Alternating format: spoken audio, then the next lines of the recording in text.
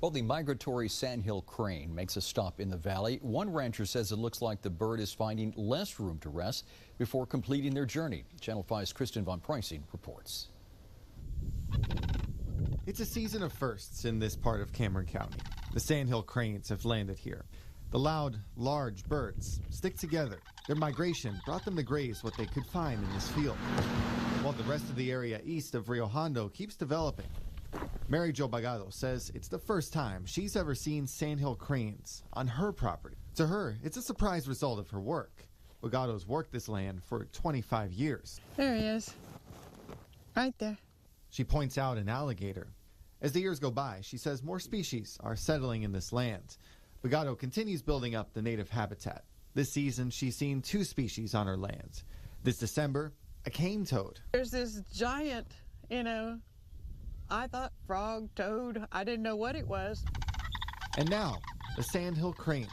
First time I saw it, I was just kind of looking over our wetlands over here, and all of a sudden, they just landed, and I was like, oh my gosh, they're really going to roost here. The Sandhill cranes are known for their one-of-a-kind call. They're allowed to be hunted in most parts of the state, although Texas Parks and Wildlife warns hunters to pay close attention.